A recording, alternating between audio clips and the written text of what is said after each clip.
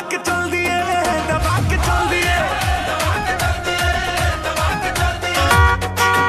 Bhojpuri industry के billion star यानी कि रितेश पांडे का एक होली गाना आया है, जो डबल मीनिंग उसका पोस्टर है, डबल मीनिंग बोल है। गाने का नाम है दबा के चल दिए। दबा के चल दिए, दबा के चल दिए।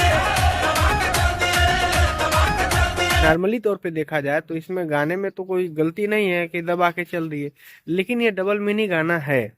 ये गाना जो है अश्लील है, डबल मीनिंग गाना है।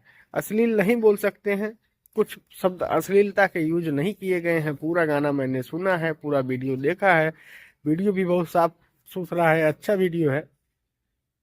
लेकिन थोड़ा सा जो टोन है ना, अब डबल मीनिंग वाला, यही चीज जो है हमें बाहर में जाके कुछ शर्मसार करता है।